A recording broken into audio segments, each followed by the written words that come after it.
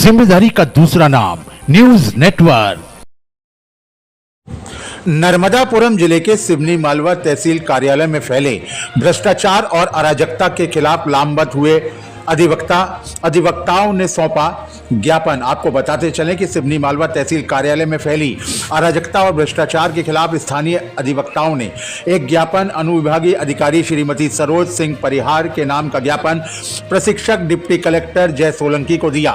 ज्ञापन में अधिवक्ताओं ने मांग की है कि अधिवक्ता संघ के पूर्व अध्यक्ष जीबी यादव की नजूल संपत्ति पर उनका नाम राजस्व रिकॉर्ड में दर्ज है। उनके निधन के बाद उनके दोनों पुत्रों जो कि स्वयं भी अधिवक्ता के नाम पर 14 आमंत्रण नजूल अधिकारी द्वारा नहीं किया जा रहा है। यह प्रकरण पिछले 2 वर्षों से लंबित है, जिससे कि सारी कानूनी प्रक्रिया पूरी हो चुकी है। इतना ही नहीं, श्री यादव के छोटे भाई अधिवक्ता हजारी लाल गुर्जर कई बार नजूल अधिकारी एवं उनके रीडर से मौखिक निवेदन कर चुके हैं, लेकिन उसके बाद भी आज की तारीख तक उक्त प्रकरण में आदेश पारित नहीं किया गया है। जबकि एक अधिवक्ता के प्रकरण में यह स्थिति है, तो अन्य सामान्य पक्षकारों के प्रकरणों में क्या स्थिति होगी, सहज ही अंदाजा लगाया जा सकता है।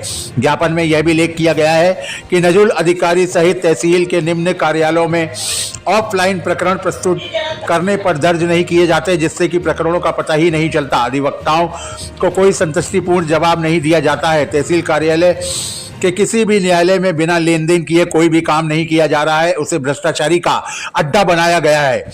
ज्ञापन में वकीलों और पक्षकारों के हित में और क्या मांगे हैं आपके संगठन? तहसील न्यायालय में कुछ प्रकरण जो ऑफलाइन लिए जाते हैं उन्हें दर्ज नहीं किया जाता है। वो प्रकरण 3 दिन के अंदर दर्ज करें और वकीलों को सूचित करें कि आपके प्रकरण दर्ज हो गए हैं, अन्यथा वो फाइलें मिल ही नहीं पाती, फाइलें ही गुम हो जाती हैं। हम चाहते हैं कि कोई भी प्रकरण ऑफलाइन जो प्रस्तुत होते हैं वो 3 दिन का अंदर दर्ज हों और वकीलों को सूचना दी जाए, ताकि आगामी कार्रवाई उसमें समयावधि में हो सके।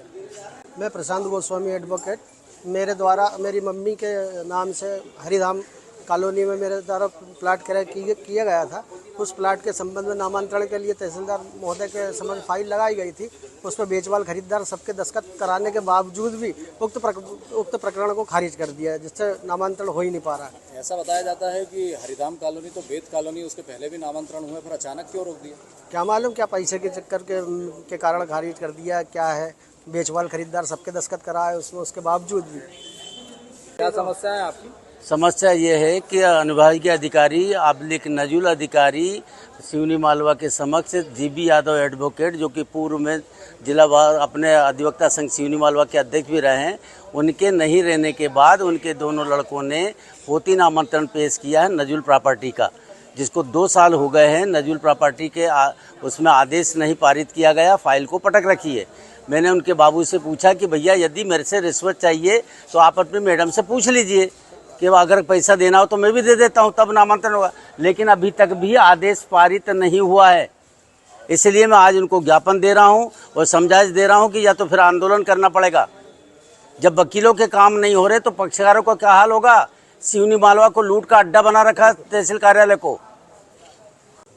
तहसील कार्यालय में हमारे द्वारा पक्षकार के जो रिकॉर्ड दुरुस्ती के प्रकरण प्रस्तुत किए, जो विक्रय पत्र के आधार पर नामांतरण पूर्व में ऑनलाइन वो मैन्युअल हुए, इसके बाद में खसरे से गायब हो गए।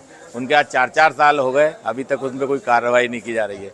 और जो बिना उसके 14 पॉइंट है, जबकि उसमें पटवारी इनको प्रतिवेदन लगाना चाहिए, और इसके बाद भी पक्षकार परेशान हो रहे हैं। 3-3 साल हो गए, अभी तक प्रकरणों में कोई पटवारी प्रतिवेदन और ये रिपोर्ट नहीं लगी। मतलब आपका मानना क्या है कि मुखिया काम करने के इंटरेस्टेड नहीं है? नहीं, मतलब इससे लगता है कि पटवारी और ये अधिकारी जो है जो कोई काम करना चाहते नहीं है इसमें, और पक्षकार परेशान हो रहा है। इसका मतलब उनको पक्षकारों को बहुत नुकसान उठाना पड़ रहा है। ना तो वो अपना पंजीयन करा पा रहे हैं, ना फसल बेच पा रहे हैं इसके कारण।